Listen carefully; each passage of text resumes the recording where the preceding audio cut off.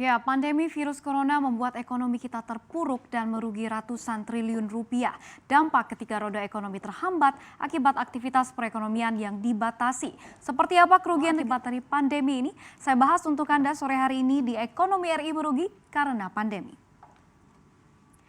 Ya, Kementerian Keuangan ini baru saja mengeluarkan statement bahwa selama 3 bulan terakhir ini, Kemenkeu memperkirakan bahwa negara kita mengalami kerugian fantastis yaitu sebesar 316 triliun rupiah akibat dari pandemi ini. Dan hal ini dikatakan oleh Kepala Pusat Kebijakan Makro dan juga Badan Kebijakan Fiskal Kemenkeu yaitu Hidayat Amir yang mengatakan bahwa estimasi kerugian negara sebesar 316 triliun ini dihitung dari realisasi pertumbuhan ekonomi yang terjadi pada kuartal 1 2020 di mana ekonomi kita ini hanya tumbuh di 2,97% untuk kuartal 1. Ini dari produk domestik bruto atau dari PDB kita saja. Dan dari mana angka 316 triliun ini didapatkan oleh pemerintah? Ini sebagai informasi untuk kita diketahui bahwa rata-rata pertumbuhan ekonomi kita selama 5 tahun terakhir ini selalu berada di atas 5% begitu ya selama 5 tahun terakhir ini. Artinya dengan realisasi pertumbuhan ekonomi di kuartal 1 2020 yang hanya tumbuh di 2,97%, maka terjadi koreksi pertumbuhan ekonomi yaitu sebesar 2,03% untuk kuartal 1 ini dari situasi normal. Dan kalau kita kuantitatifkan begitu ya, kita kalikan dengan nilai PDB Indonesia yang saat ini sekitar 15.700 triliun rupiah saat ini dan dikalikan dengan 2% atau 2,03%, ini artinya kerugian negara yang terjadi selama 3 bulan terakhir akibat pandemi COVID-19 di Indonesia ini adalah sebesar 316 triliun rupiah. Atau kalau kita rata-ratakan begitu ya, dalam sebulan ekonomi kita ini merugi 105 triliun rupiah akibat dari pandemi virus corona yang tengah melanda negara kita dan juga tengah melanda negara-negara lainnya di dunia saat ini. Dan melihat angka pertumbuhan 2,97% ini yang menyebabkan ekonomi kita merugi ratusan triliunan, pemerintah mengatakan bahwa this is not the worst begitu ya. Ini bukan skenario terburuk di mana pertumbuhan ekonomi kita diprediksi malah akan minus. Seperti apa jika proyeksi ini benar-benar terjadi? Saya bahas untuk Anda di slide berikutnya. Ya, di tengah pandemi ini yang belum tahu kapan akhirnya begitu ya, pemerintah ini pun telah memperkirakan bahwa akibat dari pukulan pandemi virus corona, perekonomian RI akan tumbuh sekitar 2,3% secara keseluruhannya untuk tahun 2020, yaitu untuk di skenario berat begitu. Dan dengan skenario tersebut atau skenario berat ini setidaknya bakal terjadi yang namanya peningkatan jumlah penduduk miskin, yaitu sebanyak 1,89 juta jiwa untuk tahun 2020 ini. Dan bahkan angka pengangguran ini juga diproyeksi bertambah yaitu 2,92 juta jiwa jika pertumbuhan ekonomi kita hanya di 2,3%. But again, this is not the worst, ini bukan yang terburuk begitu ya, karena pemerintah ini juga memproyeksikan skenario sangat berat atau paling berat di mana pertumbuhan ekonomi kita ini diproyeksi akan tumbuh minus, tak lagi positif tapi minus di 0,4% untuk tahun 2020 ini. Dan mirisnya untuk skenario lebih berat atau sangat berat ini, angka kemiskinan atau penduduk miskin ini bisa meningkat menjadi 4,86 juta jiwa pada tahun 2020 ini, dan bahkan yang lebih fantastisnya lagi pengangguran ini akan bertambah menjadi 5,23 juta jiwa di tahun 2020 ini.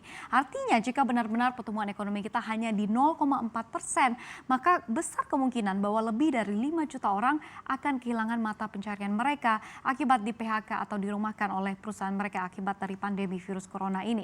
Dan ini baru dampak dari ekonomi kita yang terkontraksi atau yang melemah begitu ya akibat dari pandemi ini.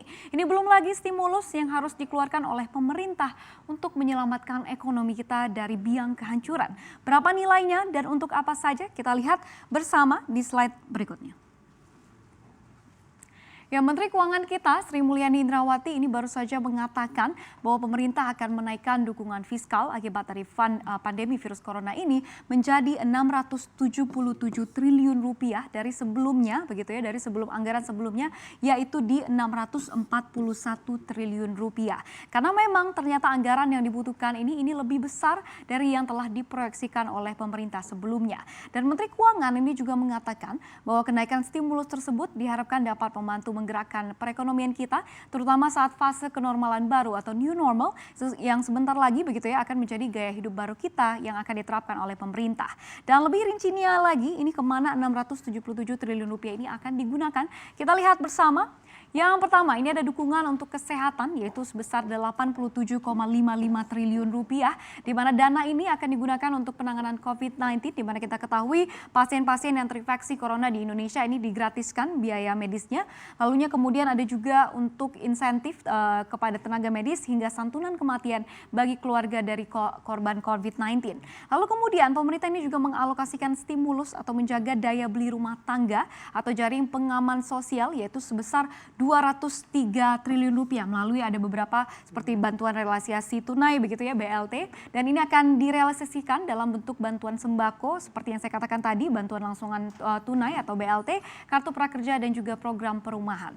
Lalu kemudian kita lihat lagi ini sebesar 123,46 triliun rupiah ini akan dialokasikan untuk dukungan kepada usaha menengah, kecil dan juga mikro kita dalam bentuk subsidi bunga, di mana dukungan modal kerja hingga penjaminan kredit modal kerja darurat ini juga akan diberikan oleh pemerintah kepada sektor UMKM.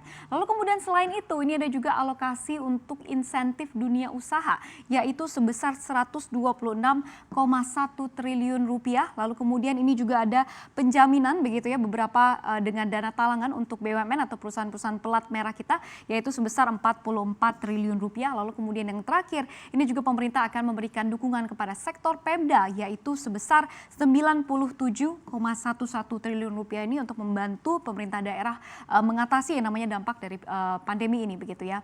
Lalu kemudian ini kita akan lihat juga begitu bahwa ini adalah dampaknya yang terjadi untuk ekonomi kita saat ini, di mana kita ketahui memang ini sangat membuat ekonomi kita terpuruk begitu ya, sektor-sektor industri, lalu kemudian dunia usaha, kemudian juga termasuk BUMN kita ini semuanya saat ini tengah merana begitu ya akibat dari virus corona ini. Lantas pertanyaannya adalah akan seperti apa ke depannya jika memang vaksin dan juga obat-obatan dari virus corona ini belum juga ditemukan, akan seperti apa lagi dampaknya kalau kita lihat dampak yang saat ini saja ini sudah cukup buruk begitu ya.